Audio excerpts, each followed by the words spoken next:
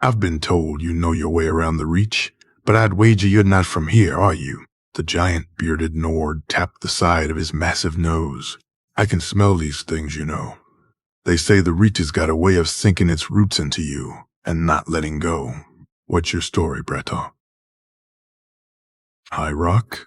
Vera shifted on the bar stool and took a sip of ale, delaying the expected response. Not much of a story. The lie didn't taste all that bitter anymore. It wasn't much of a story, in no small part because the last 6 months were starting to blur, and what came before had bleached of all color, an old photograph in sepia from a place long gone, a past that no longer felt like hers. Some things from the early days stood out, crisp, arresting moments, waking up on a bloody altar, stark naked and in horrible agony, wandering, terrified, through the remains of carnage, bodies strewn on the ground, torn to shreds, not a living soul in sight.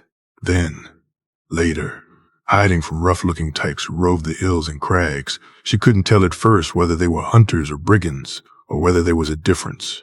Hiding from wild animals who were busy evading the rough types, or, when they got lucky, busy eating them right back. Still, keeping to the wilderness had felt like a safer choice. Originally, she had come upon the herbalist's hut after about a month of skulking around and sleeping in caves, on the verge of protein poisoning from her diet of rabbit and lean fowl. She was used to trapping rats and pigeons and other urban fauna, so the rabbits hadn't been that much different. It was early summer when she arrived, and the pickings were slim, nothing ripe yet, and the few early cases of the runs had discouraged her from experimenting with the wild edibles. The man who lived in the ramshackle house, an old Altmer, as the tall, gold-skinned bastards were called here. She'd learned to stay the fuck away from the black-robed ones quickly enough. Was half senile with age and cloudy with a drinking habit, but he was kindly, in a roomy, distracted, can't remember what. I did with the nightshade kind of way. He'd let her stay, initially as a cook, then as a helper, and then as a friend. He'd had a daughter, he said. She died young, at 67. He didn't offer the details. It had been 102 years ago. Vera didn't press him about it. It was an odd friendship. Two people who had little in common except for their respective loneliness. One night, after a bottle of Alto wine shared over grilled mushrooms and roasted squash, she spilled herself to him, all the horrors, all the impossibilities of her displacement. Not the how of it, nor the why. There wasn't much she could offer by way of sense in that department. But the what that had come before, he didn't seem all that surprised, grumbled something about the mysteries of Aetherius, but didn't offer anything like an explanation. After that, he took it upon himself to teach her some basics, the history, the geography, the politics, and some of his trade, though his mind was slipping, and they both knew it. Lovenar didn't seem upset about it exactly. They both knew why she was there, why he'd let her stick around. He didn't want to die alone, and he wanted to pass something on before he went. Once she got the hang of the flora, foraging came easily. She'd had to do this once the last of the infrastructure had collapsed, and these mountains were, oddly enough, safer than the crammed urban exoskeleton overrun with gangs and madmen she had called home. Lovenar taught her a bit of his craft, too. Enough to get by, to assist him with his messes. She didn't have the patience for the finicky work of brewing, but she was good at finding stuff, learning the plants, recognizing where they'd grow, a sort of intuitive sense of which plant would work best, and which were still too young to be potent. She didn't love the work, but she didn't mind it either. The biodiversity had dazzled her initially. Her old world had lost most of its life forms. The plants she knew from books. There weren't computers widely available by then anymore. Something about the collapse of rare earth mining. Once. Apparently you could just snap a picture with your phone, and it'd identify the plant for you. Vera remembered phones only vaguely. Her mother had still known the world's lushness firsthand, but Vera was born into extinction. Lovenar had tried to coax her magic to manifest. "You're a sodding Breton, girl. It shouldn't be so hard." But she couldn't perform even the most basic of spells, not even to light a fire. It made no sense to her. Lovenar kept describing what the connection to her magic should feel like, but she felt nothing. Until, one night, again after a bottle of wine she'd traded for some basic health potions with a local encampment of Redguard hunters, he brought out a purple gem and an old, ugly amulet worn to a glossy sheen on the reverse side where the carved bone had rubbed against skin and cloth after years of use. "The enchantment is getting thin," he told her, putting the violet gem in her hand. It glowed and pulsed, warm against her palm. It was tiny, about the size of a wild apple, but something about it kept Vera wanting to pry it apart, to bite into it, and taste what that pulsing swirl would feel like on her tongue. Lovenar noticed her gaze and chuckled to himself, coughing on the exhale. The cold had settled into his lungs by that point, and it wasn't letting go, no matter how many tonics he brewed. He had an altar, a small thing made of a troll's skull, 3 eye sockets staring back at Vera with their amethyst inlays, an old wooden board holding the chartreuse filigree of the focal circle. The thing inside the gem in her palm wanted to burrow itself under her skin like a worm, like something that would make itself at home and lay its larvae.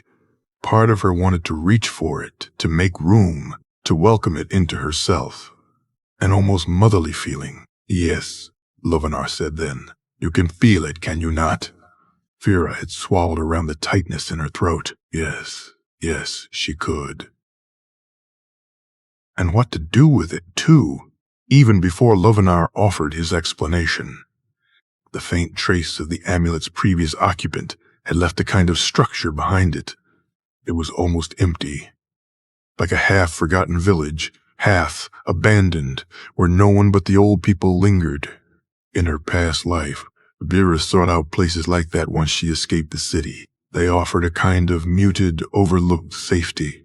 You will take the soul into yourself, but do not, under any circumstances, let it settle. Do you understand, girl? You feel where the grooves of the enchantment are in the amulet, yes? Vera had nodded. That.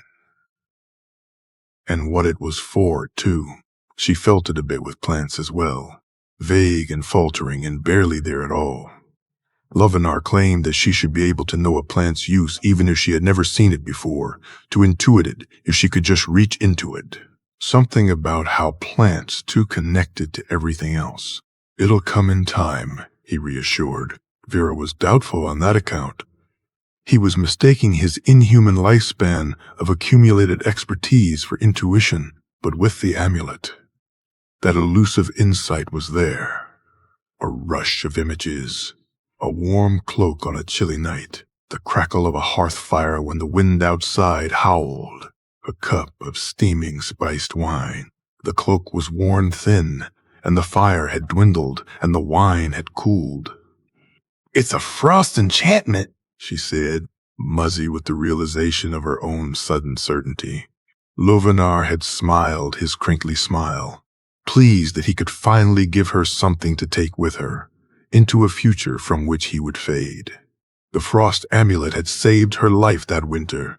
On her way to Markarth to find an Altmer called Calcelmo, she had a letter for him from Lovenar, a request for tutelage, calling in a final favor. Who could refuse a dying colleague's wishes? He passed on the first day of sun's dawn, a peaceful fading. She held his hand until he went cold and buried him out back, the ground hard from the frost, unyielding, as if it didn't want him yet.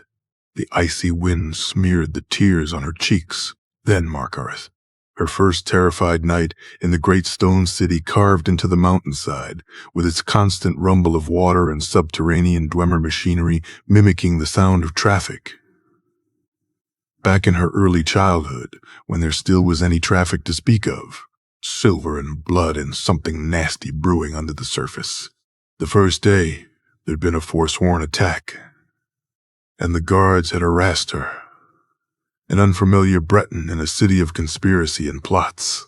They confiscated everything, too, including Lovenar's letter and the little coin she had. As evidence, they'd claimed. One of them, a bald Nord with a hard glint in his pale eyes, had insinuated that she could get it all back for the right price. She told him to kindly fuck off, and both men had laughed, confident with their own impunity and a little drunk on unchecked power. But they let her go, with nothing but the clothes on her back, but her dignity intact at least. She learned from the jeweler in the market that Calselmo was gone on some expedition and wasn't expected back for another 2 months. At first, she'd hidden the warrens like a feral rat, hungry. She'd been hungry all the time, but it had been oddly reassuring. In the last few years of her past life, hunger had been a constant, familiar companion. It took her a few days to realize there were no real jobs to speak of. The smith might have liked the new apprentice, but Vera didn't know a lick about smithing. The inn was overstaffed, if anything.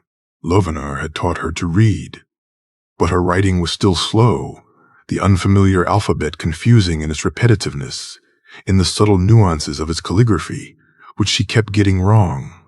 So scribe work was out. In the end, Bothella took her in.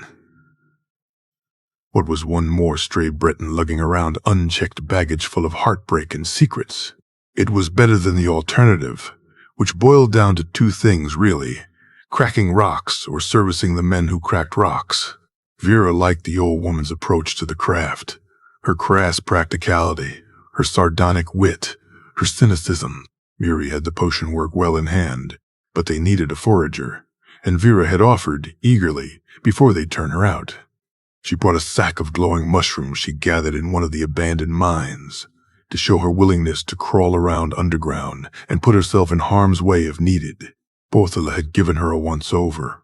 Vera knew what the old witch would see. A scrawny woman, not quite young enough to pass for a newly minted, bright-eyed and bushy-tailed adventurer. A vagabond, then. A derelict who slept in the warrens. Vera had brought her hand to her messy mop of poorly cropped black hair, self-conscious, and hoping it didn't look as bad as it felt. The worn clothes on her back and the chipped dagger at her belt probably didn't offer much reassurance either. "I'm low on juniper, neanroot, and bilsterwort," Bothella had said and tossed her a satchel. "You'll share the room with Muyuri. Be back by sundown." That had been a month ago. She'd settled in, still waiting for Calsimo to return. The feeling of the soul gem in her palm wasn't letting go of her so easily. "Still with me, lass?" Vera eyed the Nord again. He was watching her expectantly over his ale and his plate of poached potatoes and venison roast. Middle-aged, heavily tattooed, with an accent as thick as the haft of the double-handed axe strapped to his back. She took another sip to give herself something to do. "Why, do you ask?" He didn't seem like a bad sort, but it was hard to tell. He leaned in, ale and tobacco on his breath. "I need a local guide, as I said, but I like to get to know the people I'm hiring. The old woman in the apothecary said you wouldn't mind some extra septums, but I prefer for them to be well spent. As my associate likes to remind me, septums don't grow on trees." Farah took another sip of ale. Yeah, right. He could pay any of the local mercs. Hell, Vorstag would probably take the job, even now. There he was, sitting on his ass on the other side of the inn, pretending not to watch the newcomer. Been at it for weeks now, grousing about how no one was hiring. No, something about this Nord was decidedly fishy. "Who's your associate?" Vera asked instead. The Nord motioned with his head, and Vera followed his gaze. She hadn't noticed the man in the shadowed corner. Surprising. That because he wasn't exactly blending in with the surroundings. His armor looked alien, like something made of an insect's carapace. Even in the heat of the tavern, he wore a type of helmet, a red cowl obscuring his features, the entire arrangement giving him the air of an oversized mantis. He must have noticed her gaze because he inclined his head and tipped his glass. Not ale, Vera noted. Klepper's overpriced brandy, she guessed. There are plenty of idle hands in Markarth. Why would these two want to hire her? Something was out of place here. Some undercurrent agenda she was missing. She didn't like it. Why me? I need someone who's good at finding things. Someone who knows their way around the caves and crags of this God's forsaken dunghole. The Nord chuckled. I'm a valley man myself, see, and I'm looking for something I misplaced. Your current employer told me you got a knack for that sort of work.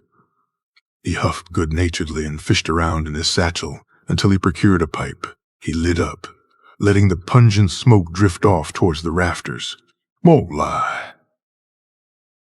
I'm not looking to spend much. You lot got spoiled here with all the silver gushing from out of the city's bowels. We've been on the road for some time. My pockets ain't that deep at the moment, lass. Bullshit. He wasn't eating frugal, and his buddy in the corner sure wasn't drinking frugal either. What are you looking for then? He grinned into his beard, the tattoos twisting with the expression. Vera noted that his left incisor was chipped. I'll tell you if you take the job. She shouldn't have considered it, but the prospect of having enough cash to bribe the guards into returning her recommendation letter was too damn tempting. Calselmo didn't exactly have a reputation for taking in strays. If you're looking to hire a fighter, I won't do you much good. Not looking for a fighter. Got the best swordsman this side of Tamriel, as that lout in the corner likes to remind me. He rolled his shoulders. And I'm no siding milk drinker myself if you're worried. I'm sure you're both lethal. Aye. That we are. I told you, I'm looking for someone with a good sense of the terrain. He leaned in again. 100 septums up front, and 100 after we find what I'm looking for. Make it 150 up front and 200 on the other end, and we have a deal. Maybe she could just price him out. Then again, 350 septums should be enough for expediting the process on getting her requisitioned evidence back from the city guards, so if he actually shelled out the cash, the guards wouldn't return her gold, of course, but that didn't matter as much. She just needed the letter by the time Calselmo returned. The Nord rumbled a guttural laugh. In the corner, his partner cocked his head to the side, watching them from behind his helmet. Hear that, Teldrin? She's almost as expensive as you. Vera put down her mug of unfinished ale and fished for a coin to place on the counter. Let's be clear here. You're buying my expertise. You're not buying anything else. The Nord looked on in confusion, his reddish eyebrows drawing together. Then it dawned on him, and he guffawed. If I were looking for that kind of guide, lass, I'd be huffing and puffing my way up to the Temple of Dibella. No offense, it's not like you're not fetching and all. But it ain't like that, and I'll vouch for him too. He motioned with his chin. We won't touch a hair on your head. Fine. It was out before she could bite it back. He grinned again, extending his hand, large and calloused with weapon work. I'm Undar. What's your name, then? Vera, she said. They shook on it. Unner straightened, raking his long mane back from his face. Both the mane and the face looked like they could use a wash. His armor, too, was covered in a thick layer of road grime. He didn't smell too great either. It's getting late. Let's meet tomorrow morning, and I'll explain the situation. I'll have your money then. Vera nodded. She already regretted agreeing. With any luck, Unner would change his mind and find someone else.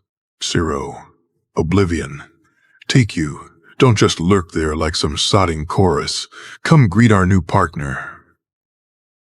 Unner was loud, the sort of man who took up room like he was owed it. Vera ignored the curious stares of the other patrons. Her eyes went to Vorstag, who was getting up, unsteady on his feet from another day of drinking. Alarm prickled her spine.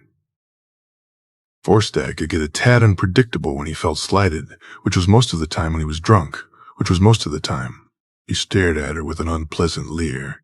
Vorstag wasn't the worst of them, but he wasn't great. He'd ignored Vera at first. Courtesy of Muriri, who turned heads wherever she went. It suited Vera fine, and she stuck to the apprentice alchemist like a particularly clingy, invisible burr whenever she had to go anywhere in the city. She liked the girl. Amira seemed grateful for the company. But something was eating her on the inside. Something dark and unpleasant that she couldn't bring out into the light of day. She'd gotten peculiar in the past few weeks, secretive, muttering something about the Night Mother, whatever that was. It got harder and harder to drag her out of the hag's cure. Maybe when all this was said and done, she'd have enough coin left over for one of the long-term rooms in the inn. Vorstag, in the meantime, was striding forth, or rather wobbling forth unsteadily, trying to look like he was striding. Vera had lost some of her star of cat look since she arrived, her figure filling out and her skin shedding some of its malnourished roughness. Bosmer men seemed to like her for some reason. Something about her features or figure either struck them as just the right kind of exotic or as just the right kind of familiar. She couldn't tell which. There was something about social class there too, whom you approached and whom you left well enough alone. The Nords usually didn't give her so much as a second look, but there was always the exception that confirmed the rule. Point was, right around the time Yuri got herself firmly ensconced in the apothecary with only her herbs and her muttering for company, Vorstag, damn him, had suddenly discovered Vera's existence. Eventually, she'd need protection. You couldn't live in Markarth long-term without paying off someone to look out for you. She hadn't committed yet, even though Bothala had been dropping hints. There was a man, she'd said, someone who could yank on some threads behind the scenes, could make some problems go away. Problems like Vorstag, or overly dutiful city guards. She had considered taking a lover, not so much for the pleasure of it, as for the added insurance. Bored men were dangerous, and there were quite a few bored men in Markarth. Those who didn't want to slave in the mines, or those who didn't have the connections to land a better job. Pay, Nord. I'm talking to you. Vorstag stumbled forward, one hand braced on the back of a chair for added stability, the other going to the hilt of his sword. This wasn't going well. Vera's eyes darted to the exit, but the bar was in the way. Why'd she sit on that side? Did I hear correctly? You're looking for a guide? He was slurring his words. Definitely not going well. Well, look no further. Best swordsman in the Reach, right here.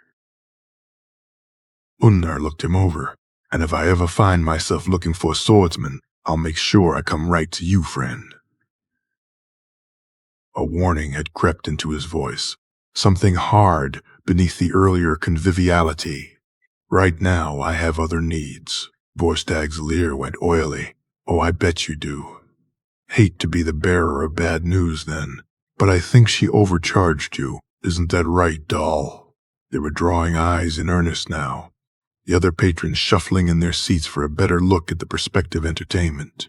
Vera bit her tongue and inched closer to the exit. She didn't need this. She survived because she didn't draw attention to herself. Vorstag was a pain, but she could handle him, unless his wounded pride called for retribution in some dark alley. These two were just passing through. They would reap none of the consequences. The chitin-wearing fellow stood up from his chair and made his way over towards them, his movements deceptively lazy. That sense of dread pulled at Vera's stomach again, but it was too late by then. It was over in seconds. Vorstag didn't react. Vera didn't think he so much as heard. Chitin Suit's hand landed on the Nord's shoulder, a friendly gesture to diffuse the tension. The oaf began to turn around, and then he collapsed onto the floor in a nerveless heap, like a tree falling. And had she been standing anywhere else, it would have been easy to miss the thumb that dug into the pressure point on the side of Vorstag's neck. The associate turned to the barkeep. Looks like your patron had a few too many drinks, Sergio. The voice was a surprise. He was too short for a Nord, so Vera had expected the crisp lilt of imperial diction, not this sardonic, raspy drawl, like smoke and chocolate. The accent, too, wasn't something she'd heard before. Whoever this guy was, he was a trained killer. No wonder Unnar wasn't looking for a merc. Apologies. He didn't sound apologetic in the slightest. Instead, he stepped over Vorstag and stalked closer. And then he pulled off his helmet. Vera choked back an instinctive scream. Fuck, it's a demon. Bluish gray skin. Crimson eyes with oversized irises that swallowed most of the sclera in a gaunt face that looked like something out of a biblical illustration. The kind that promised you fire and brimstone and bat-winged bastards with pitchforks. She blinked, trying to dislodge the apparition. The apparition refused to be dislodged. She'd read about Oblivion. Was this one of its denizens? No wonder he had kept his helmet on. She blinked again. The initial shock settled some. No, the fellow was an elf of some kind. The bony facial structure, the iris size, all of that fit with the typology she had begun to assimilate. But fucking hell. That coloring was rough. His lips quirked in amusement. Much as I'd like to flatter myself into believing that you've been struck speechless by my good looks, by your expression, I'm guessing you've never seen a Dunmer. Is that so? Get your shit together, you idiot. A Dunmer. She'd read about those too. Vera forced her shoulders into a shrug. Are you from Morrowind then? Spectacularly inane questions aside, there was still the mess of Vorstag. No one was in a hurry to drag him to his room either. With any luck, he wouldn't remember any of it. But since when had she been lucky? I was born in the city of Blacklight. Another smirk. You should visit there if you ever get the chance. It's spectacular. She was still gaping, and he was enjoying it, the bastard. He extended a chitin-clad hand, the same hand that had put Vorstag out of commission. Teldrin Ciro, blade for hire. Best swordsman Unnar's money could buy. His eyes darted to his Nord employer. I'm glad I'll finally be traveling with someone who seems competent. Changey, Vera's jaw tightened. She could tell a dig when she heard one. She hadn't exactly stood up for herself back there. Nope. In fact, she was about to turn tail and get the hell away from the entire mess. Apparently, that hadn't left Chitin-Su with the best first impression. Still, she shook the offered hand and repressed the urge to wipe off her palm on her trousers. The texture of the armor was unpleasant until money changes hands. It's just a verbal agreement, she offered cautiously. Always leave yourself an exit. Quite right. Luckily, I'm not the one holding the purse strings. Another sharp smirk. If you know what I mean. What you mean, you demonic-looking putz, is that you don't think I'm worth the coin, Vera thought.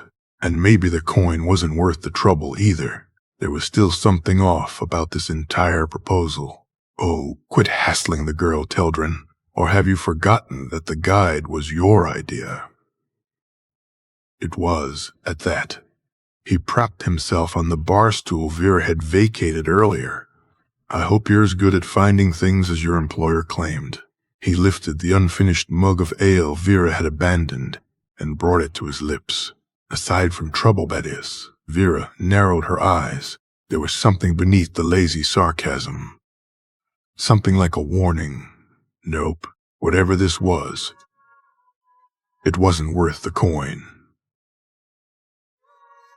She'd find some other way to get her letter back, but she'd be damned if she let the demonic-looking Merce have the last word. She turned to face him. Chitin-Su was watching her over the rim of his glass with those strange crimson eyes. You're in Markarth, Sarah. Here, if you're not careful, trouble finds you. He cackled. Actually, legitimately cackled. Are you? He motioned with his requisitioned ale. Is she what? Careful, that is. Fuck him. Vera shrugged, swallowing back the sudden urge to kick the bar stool from under his ass. I'm still alive, aren't I? Funny thing with that. He took another sip. You are. Until you aren't. Enough, Teldrin. Stop trying to scare the girl away, or you'll be looking for someone to take us to that God's damn cave yourself. Cave? Which cave? She did know those, well enough to know that there were some that you didn't go near if you planned on ever coming out. Don't mind him. He's a bellyacher. Vera? Was it? We'll meet you tomorrow then. How about breakfast? My treat. She considered asking for more money, but that would have meant preemptive acquiescence to whatever this was. She hadn't committed to anything yet. Minimally, asking Bothilla how much of a fee she could expect from the guards and whether the alchemist's contacts might offer a better deal would not go remiss. If she was outpriced from the start, there was no point in rocking the boat. Something about these two gave her bad vibes. It's a mining town. Breakfast is served early. The Nord laughed, a big, full-throated bellow. Then we'd better not stay up late, eh? Night, lass. The Dunmer simply gestured with his ale. Good night, Vera offered, and made for the door. Vorstag, still on the floor, was stirring awake. That was the Silver Blood Inn for you. You could get knifed on the floor, and no one would so much as pause in their drinking. One way or another, she didn't want to be there when he finally came to. She hurried to the apothecary, trying to stick to the better-lit parts of the city. The clank of the heavy door at her back brought relief, as it always did. She didn't mind the constant fear so much. It, too, had been a habitual companion for longer than she could remember. It was more the added layer, the unease of the prospective arrangement, and the promise of the goddamn coins. She could stay with Bothilla for a time, but it was pretty obvious that the eponymous owner of the Hag's Cure wasn't exactly looking for a second apprentice. There was an agenda there, too, and Vera wasn't sure she wanted to step into it. And while there was no guarantee that Calcelmo would take her on, even with the letter, the memory of the purple gem kept yanking at her with a craving she couldn't quite identify. The shop was dark and quiet. Vera walked down the stone hallway, trailing her fingertips along the wall. Where had everyone gone? The door to the room she shared with Muri was closed, but a small light filtered from the crack where feet had worn a groove in the stone after years of use. Markarth was old, with a depth of accumulated time, with no visible bottom. She rapped her fingers against the metal and waited for a response. Nothing. She pushed the door open. Muri was sprawled on the bed, her shoulders shaking with sobs. Vera's feet carried her forward. The Breton lifted her head from the pillow, her face red and puffy and streaked with tears. Muri, what is it? It looked like the last few weeks of strangeness were finally going to come to a head after all. Well, it had been a strange sort of night. The other woman wiped her face with the back of her hand and sat up. Her gaze was empty, save for the horror, black and deep-rooted. I'm pregnant. The bastard left me with child. Stark from the beginning. In retrospect, that had been the wrong thing to ask. The beginning stretched back for the better part of Muri's life, starting with Windhelm, the coalstone city on the ocean, where the girl grew up with some rich family as a sort of satellite or chaperone or pet companion to the two sisters. It didn't make too much sense to Vera. Her understanding of nobility was based on the two works of Shakespeare she'd read. It's not that books had been few exactly. Vera's mother had been a militant collector, and they had at least 25 between the two of them. 4 encyclopedias, too. But after the Great Burn of 78, she'd been 17 half a lifetime ago. One had to be packing some serious firepower to get a hold of any, since anything that was ever printed had been claimed by then. The Citadels probably had amazing libraries, but Vera was from the outskirts of Split City, formerly Toronto on her mother's maps, and it hadn't fared so well after the influx of climate migrants from the south. Mostly young, mostly white, mostly male, armed to the teeth and vicious as could be. A gleeful cruelty to them. And they had numbers on their side. Vera's mother had tried to cram as much education into her only child as she could, from early on, sensing the ruin to come, no doubt. She'd done her best, but she was a cartographer, not a historian. In any case, whatever Mwiri's life with the Shatter Shields had been, it was rosy until it wasn't. Someone had killed one of the sisters, and from there, things had gone to shit, and fast. Muri had taken up with some bloke she met over drinks at a local tavern, and they'd gotten friendly. Vera couldn't blame her.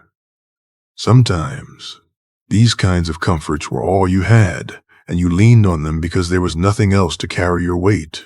It went on for a while, until the poor girl finally figured out that there was an agenda. Vera could have told her that from the start. When wasn't there one? But Murie's life had been relatively simple up until then, all things considered. So Markarth and Barthella hadn't been a vocational choice exactly, but a matter of picking up the pieces, trying not to slash yourself open on them in the process. Vera could relate. Once Murie was all out of words, they sat quietly in the dimly lit room, the low rumble of the immeasurably vast, abandoned guts of the city vibrating through the walls of the apothecary, like a great beast snoring in its sleep. Vera wondered idly if something like this would one day come to her former world. New life built on old detritus, with little inkling of what came before. Nothing but myths and mystery, stories of something that was there first, but vanished in the blink of an eye, and whose purpose was as unfathomable as it was lost. It was a comforting thought, in a way. Some things were best forgotten. "How far along are you?" she asked, her arm around Murie's shoulders. There was a time when Martha held her just like that. Over the same damn ordeal, too. It wasn't quite the same, mind. They had found a stash of Plan B, expired on a college campus, cordoned off because of the radiation. Their Geiger counter said it was safe enough if they didn't come too close to where the collider had been. In the student health center miraculously left mostly intact because of the packs of feral dogs. Martha, still bright as starlight under the grime of their shared flight from the ruins of their home when they finally decided, over a shared bottle of moonshine, that this just wasn't livable. Martha, before the pneumonia took her, antibiotics hadn't worked for 20 years. So it was a death sentence most of the time, and they both knew it. The winters had gotten bad, what with the Gulf Stream not doing its thing. Murie sighed, rubbed her face with both hands. It's been 4 months since. She trailed off, clenched her hands over the soft curve of her belly, where the fabric of her dress hugged the skin. "Since you came to Bothella?" "Yeah, not. Since Murie and the asshole got her with child fuck last, more likely," Vera guessed. That didn't mean a thing in terms of the pregnancy. Murie could have gotten knocked up the first time they did it, for all she knew. She tightened her arm around the girl's shoulders. Murie huffed a sigh, exhausted from the toil of nocturnal admissions. She slumped, burying her face against Vera's neck. A safe haven, however temporary. I had little choice. Pain mixed with anger, an old, festering boil. You have to let it drain, love. It won't serve you. It won't serve you. They turned me out. Vera nodded against Murie's hair. Have you told Bothella? She forced her voice into a steady beat, practical even. Just another hurdle to take care of. It was better than asking the obvious question. Why hadn't Muiri remedied the problem earlier? The alchemy of this place was. It was sophisticated, and more than Vera's world could ever offer. Imagine the thousands of plants, every single one of them potentially useful. How did you get your mind around such richness? Muiri straightened, smoothing her hands over her skirt. She won't let me work with poisons if she knows I'm with child. Thank the divines, I didn't have the morning sickness, but I won't be able to hide things much longer. She paused, turning it over in her mind.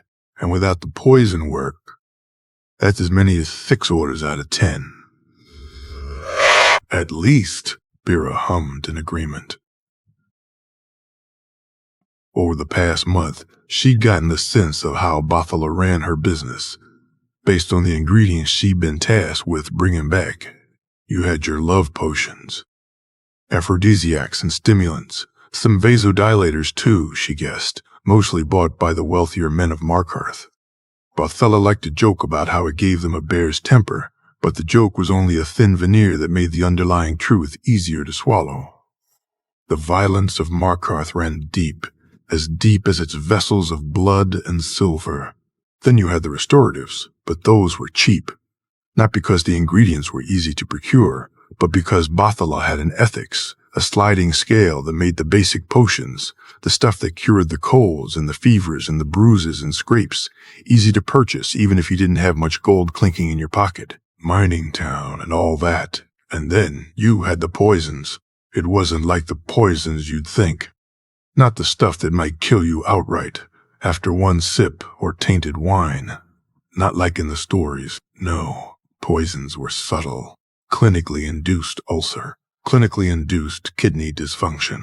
Slow things that worked over years of subtle ingestion, drained you little by little, unobtrusively, with plenty of room for plausible deniability. A bad drinking habit, a poor diet, a habit of smoking after your meals, things you had to brew on the regular for the right patron. It'll be over in 6 months, give or take. Vera tried to sound reassuring despite the questionable guesstimate. Muyuri's belly, now that she could see it, looked firmly into the second trimester. Then it would be lactating if you wanted to keep it, but just, don't taste the potions. See,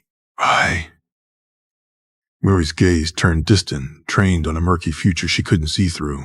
I can't. Why didn't you go to Barthela earlier? Not like that was going to help now. What if you did? Keep it, I mean.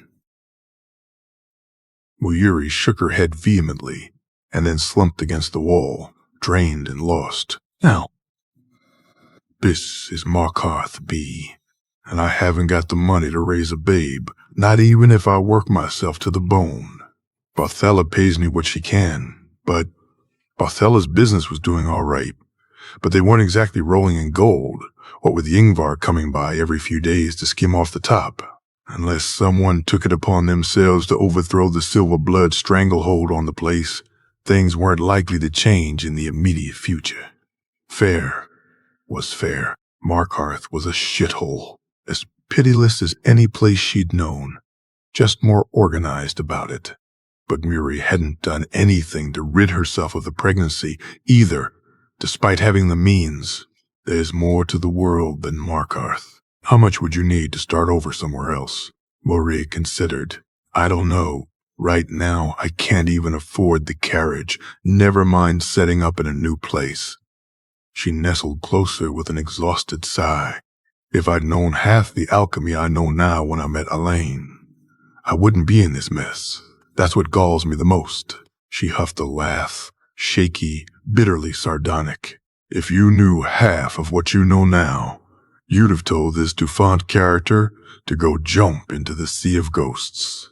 Muri chuckled, a bit more heartily this time, but the bleakness returned quickly. There was a maxim, one Vera's mother had a fondness for. Always put on your mask first. The etymology had to do with air travel, her mother had explained, though airplanes were as extinct as the elephants by the time Vera came about. But the origins of the saying didn't make it any less apt. Point was, you couldn't help someone else until you had firm ground under your own feet. But once you did, there was the other part of the expression, about helping the person in the seat next to you. Muri was in the seat next to her, as far as Vera was concerned, but there wasn't much that could be done until she found something other than hot coals to walk on. She sat, calculating. The resources that her pay diverted could be rerouted back to Muri if she managed to convince Calcelmo to take her on as a helper. She could still forage for the apothecary, simply selling the ingredients if she needed the extra coin. Muri could probably hold on to her secret for another month, too, if she ended up carrying small or low. By then, Calcelmo would be back, and they could break the happy news to Barthela as soon as Vera found new employment, provided the Altmer didn't just tell her to scat. One way or another, she had to get that damn letter, and quickly. She made the decision, then and there, with Muri's tears soaking into the collar of her worn shirt. We're going to figure this out. In the meantime, don't do anything rash. Muri nodded muzzily, the emotional exhaustion finally catching up to her. Vera got up from the bed, plucked a few stalks of frost miriam from the dwindling bushel hanging over the hearth. They'd need to restock soon, and set the kettle over the fire. I'm going to wait up for Barthela to talk inventory. Get some sleep, all right? She pinched the bridge of her nose, trying to chase away the onset of a headache. Muri picked herself up from the bed with a tired groan. Barthella is going to have my hide for this. Vera snorted. Are you kidding?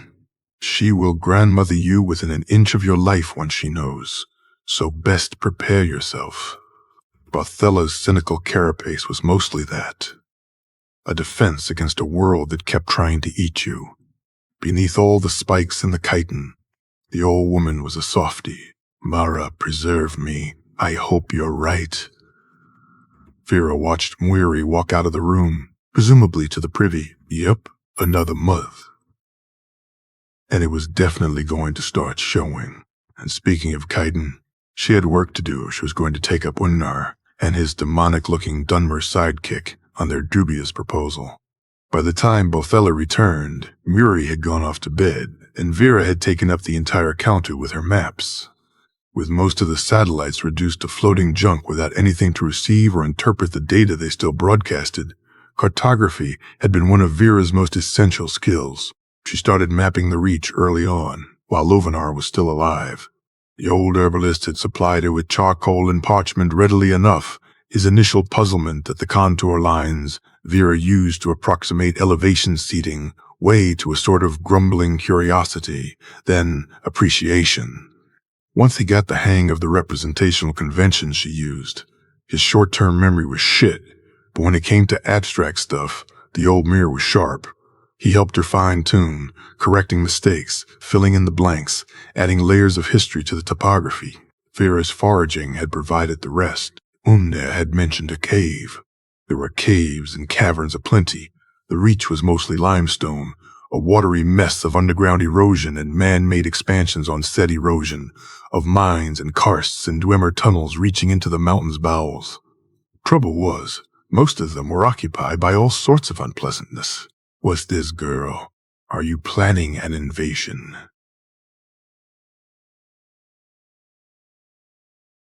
Vera looked up. The old woman thumped the jar of void salts she had brought on the counter and helped herself to some of the tea Vera had made, before collapsing into the carved armchair piled high with furs and cushions next to the hearth. So, did that nice young Nord manage to track you down? Vera cocked an eyebrow. If you mean Unnar, I'm not sure that young fits, and the jury's still out on nice, but yes, he did. Barthella took a sip of her tea, winced, and went to rummage for moon sugar in the cupboard. How Dwemer furniture managed to look both dainty and blocky was the real mystery of the vanished race, as far as Vera was concerned. You all look like young peoples to me. Get to my age. You'll see. Where's that? Ah, there. You two go through my moon sugar when I'm not looking. Good thing the Khajiit are still camped outside of town. The old woman settled back into her chair, stirring her tea with an oversized spatula. Unna, that was the name. Curious fellow. And his Dunmer hired hand, still as fresh off the boat as you'd please with that armor and that accent. Vera knew better than to insert herself into Barthella's monologue. The old woman had a way of approaching a topic like a saber cat approached its prey, stalking it from a great distance. Quite the looker, isn't he? Had Muri all giggly like a blushing maiden. Vera blinked. Ooh, Unna, or the demonic-looking Dunmer. She said. So, how long will you be gone, then? Vera's eyebrows drew in confusion. Had Barthella stopped by the inn on her way back to collect some gossip? The old woman dismissed Vera's interrogative look with a wave of her spatula. Vorstag made a spectacle of himself again, I hear. I'm glad someone finally put that good-for-nothing in his place. But you, Barthella thrust the business end of the spatula in Vera's direction, might want to spend a few days outside the city. Why? Oh, this wasn't going to be anything good. Did something happen after I left? Why couldn't Vorstag just get eaten by bears? It's not Vorstag you need to worry about, girl. Barthella lowered her voice. I've been hearing things. About Andolema planning another raid. Oblivion swallow him whole. Been asking questions about anyone who's new. Her wrinkled face scrunched up in distaste or derision, the intricate tracework of her facial tattoo obscuring the exact flavor of her expression. I swear that Mer would crawl up his own arsehole if he thought he'd find the Talos worshipper in there. Vera snorted, despite the sudden unease. Once Lovenar had learned about Vera's less-than-Nernian origins, he had told her to always be mindful of two groups, the Thalmor and the Vigilance of Stendar. So far, the advice had served her well. We could send an anonymous report. It has come to our attention that Justiciar Undolemar is harboring a Talos cult up his rectum. Bothella's dry cackles echoed through the chamber before the old woman brandished her spatula in mock threat. Hush, girl. There's a time for being clever, and there's a time for being smart. And the smart thing would be for you to take yourself out of the city until it all blows over. I have enough of a mess on my hands as it is, what with Muri's bun in the oven and no husband to claim it. Oh. Bothella clicked her tongue against the roof of her mouth and shook her head, a sarcastic twinkle in her eyes. I'm old, child, not blind. Why do you think I hired you?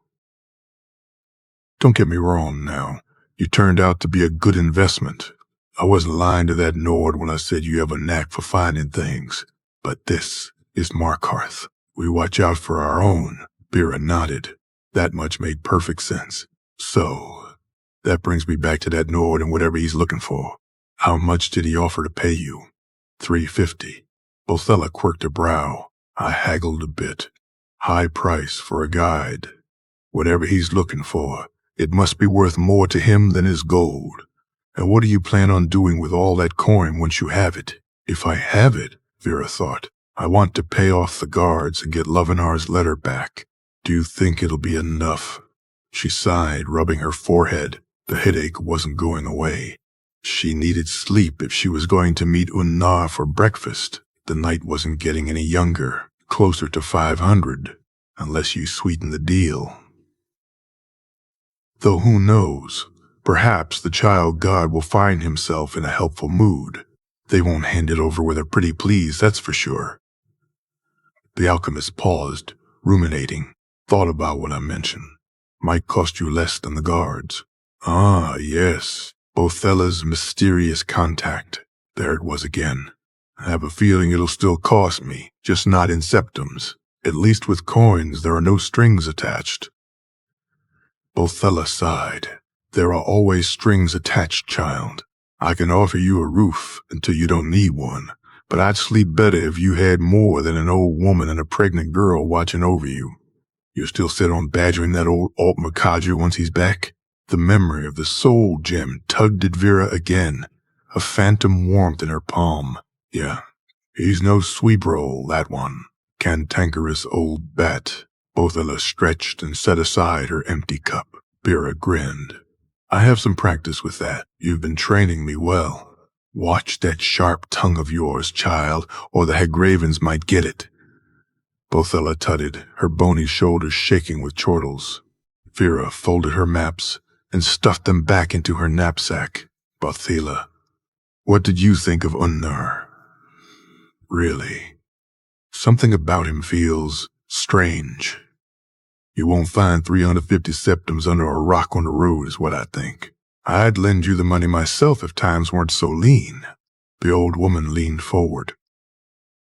He's asking you to take him around the mountains, not for your hand in marriage. Just don't lose your head over that handsome Dunmer of his, and don't go tangling with the Forsworn. I think I can manage that much. Vera harumphed. If Unnar and his buddy wanted to go poke at Forsworn encampments, they certainly didn't need her to tag along. She would be more than happy to point out the locations, preferably from the adjacent mountain range, and be on her merry way. Bothella nodded. I'll brew you some potions for the road. Get some rest now. Something tells me you got a long day ahead of you. The deep echoes of the bell that marked the end of the night shift at the Snelter reached Vera's ears through the swaddle of dreams and blankets, and she pulled the furs over her head, snuggling deeper into her warm cocoon. The smell of old ash and freshly stacked fire, of frost, Miriam and tundra cotton filtering through the pillowcase was homely, reassuring, a little island of safety she'd carved out for herself. Home. Temporary, yeah, but that was always the case, so you had to enjoy it while it lasted. She counted the muffled strokes, vaguely pleased that she had at least another hour before she had to get herself ready. in time for the second bell that would drag the day shift workers out of bed, into the tavern for a quick meal, for those able to afford it, and then back to the mines. Markarth never slept, pulsing day and night with its extractive heartbeat. It devoured its laborers like a great hungry beast, spitting out bones and broken bodies. But there was always more supply than demand, somehow. A buyer's market. The bell struck another time, and Vera froze. Oh, shit. She hauled herself out of bed, catching the edge of the chamber pot with her heel and sloshing around its nocturnal contents.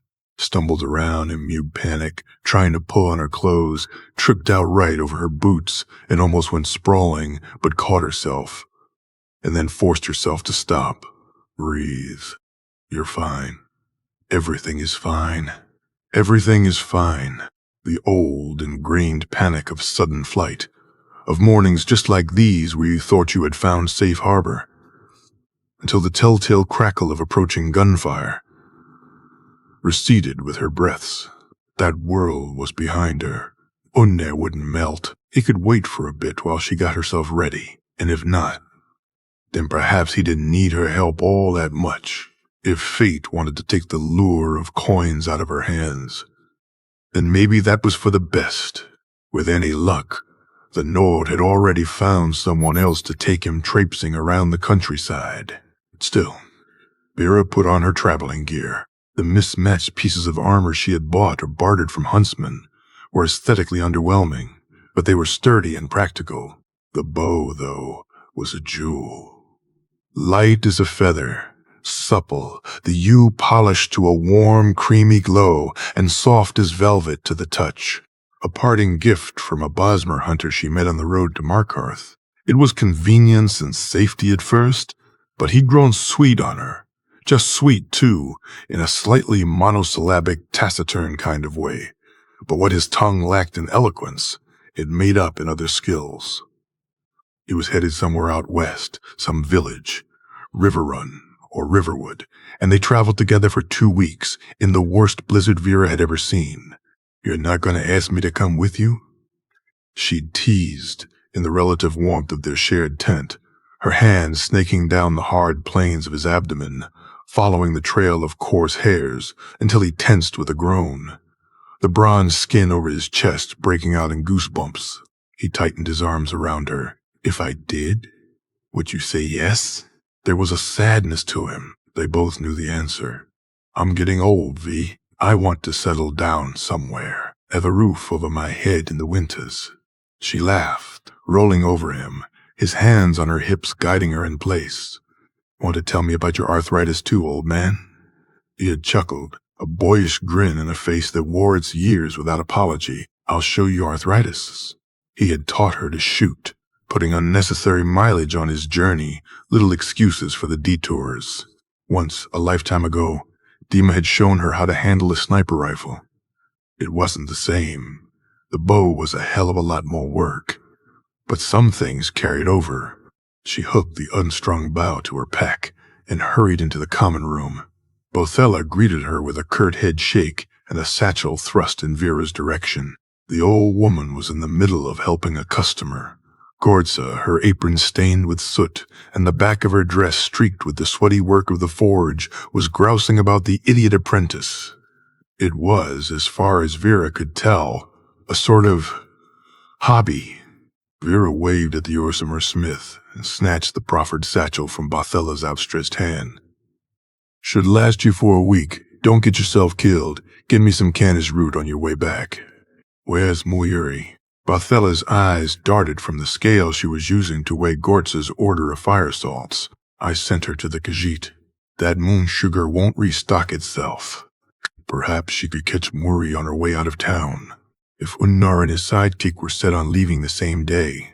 By the time Vera got to the tavern, the Silverblood Inn was packed to the gills. Most of the miners had filed out, but at least 24 soldier types in Imperial armor, chipped around the edges and dirty as could be, were milling around, swinging between drunkenly bawdy and drunkenly rowdy. Vera cast her eyes about the place, catching Frabiyai's gaze. Klepper's long-suffering better half motioned with her head and pantomimed an eye roll before bustling over to a group of particularly loud military men at the large table in the corner. They had started a song. Ragnar the Red, as per usual. There was no sign of Unnar. Oh well. She quickly dismissed the brief twinge of disappointment at the thwarted prospect of gold and hung on to the relief lurking beneath the other emotion. This was for the best. She could still go out into the hills for a few days. Getting out of Markarth while the Thalmor were feeling particularly vigilant wasn't such a bad plan. She might as well get breakfast before. One of the soldiers jostled her on his way to the bar, slurring something that might have been meant as an apology, but sorely lacked consonants to pass. Vera righted herself, looked up, and there was chitin suit from the previous night. The Dunmer was propping up the wall on the other side of the tavern, partially obscured by the shadows of the massive hearth. Apparently, he had been watching her for some time because he motioned with his mug the second Vera's eyes landed on him. He had foregone the anonymity of his helmet for the sake of his drink. No wonder, though, Vera exhaled through her nose, trying to quell the sudden flare of unease. At this point, it was a little too late to backpedal. Maybe Demon Chops would just announce that they had moved on and hired someone else, and that would be the end of it. She made her way over to the back of the tavern, to the throng of bodies. Red eyes followed her progress. The Dunmer looked faintly amused. Like a slaughterfish looks vaguely jovial before it tries to bite your leg off. The soldiers at the large table abandoned Ragnar the Red to his decapitation and were hollering a new lyrical offering about bears. I thought you two had left already. Demon Chops lifted an eyebrow, the sharp wings of his facial tattoo accentuating the prominent brow ridges. By the time Vera got to the tavern, the Silverblood Inn was packed to the gills. Most of the miners had filed out, but at least 24 soldier types in Imperial armor, chipped around the edges and dirty as could be, were milling around, swinging between drunkenly bawdy and drunkenly rowdy. Vera cast her eyes about the place, catching Frabbiai's gaze. Klepper's long-suffering better half motioned with her head and pantomimed an eye roll before bustling over to a group of particularly loud military men at the large table in the corner. They had started a song. Ragnar the Red, as per usual. There was no sign of Unnar. Oh well. She quickly dismissed the brief twinge of disappointment at the thwarted prospect of gold and hung on to the relief lurking beneath the other emotion. This was for the best. She could still go out into the hills for a few days. Getting out of Markarth while the Thalmor were feeling particularly vigilant wasn't such a bad plan. She might as well get breakfast before. One of the soldiers jostled her on his way to the bar, slurring something that might have been meant as an apology, but sorely lacked consonants to pass. Vera righted herself, looked up, and there was chitin suit from the previous night. The Dunmer was propping up the wall on the other side of the tavern, partially obscured by the shadows of the massive hearth. Apparently, he had been watching her for some time because he motioned with his mug the second Vera's eyes landed on him. He had foregone the anonymity of his helmet for the sake of his drink. No wonder, though, Vera exhaled through her nose, trying to quell the sudden flare of unease. At this point, it was a little too late to backpedal. Maybe Demon Chops would just announce that they had moved on and hired someone else, and that would be the end of it. She made her way over to the back of the tavern, to the throng of bodies. Red eyes followed her progress. The Dunmer looked faintly amused. Like a slaughterfish looks vaguely jovial before it tries to bite your leg off. The soldiers at the large table abandoned Ragnar the Red to his decapitation and were hollering a new lyrical offering about bears. I thought you two had left already. Demon Chops lifted an eyebrow, the sharp wings of his facial tattoo accentuating the prominent brow ridges. Demon Chops lifted an eyebrow. And be deprived of the pleasure of your guidance? No, no, he gestured with his drink. Klepper's appalling Canis root tea, judging by the smell and the steam. Took a sip and made a face. Foul liquid. Vera felt a brief flicker of solidarity, quickly dispelled. Demon Chops's eyes trailed over her in assessment, lingering on the bow at her back. Whatever conclusion he came to, it didn't look particularly sanguine based on his expression. It seems that you're still in luck, Outlander. My patron is very committed to this arrangement. He's a stubborn Nord, you'll find. Vera narrowed her eyes. Either there was some layered subtext to his strategic pauses that she was missing spectacularly, or he just enjoyed the sound of his own gravitas. Outlander. I'm a Breton, give or take. The reach extends all the way to High Rock, you know. He chuckled, his eyes scanning the room behind her. I do hope you're not one of those forsworn types. I've heard they're as wild as a pack of beasts. Vera stepped around him to lean against the wall. This little chat had forced her to stand with her back to the rest of the tavern. And the door. And the small hairs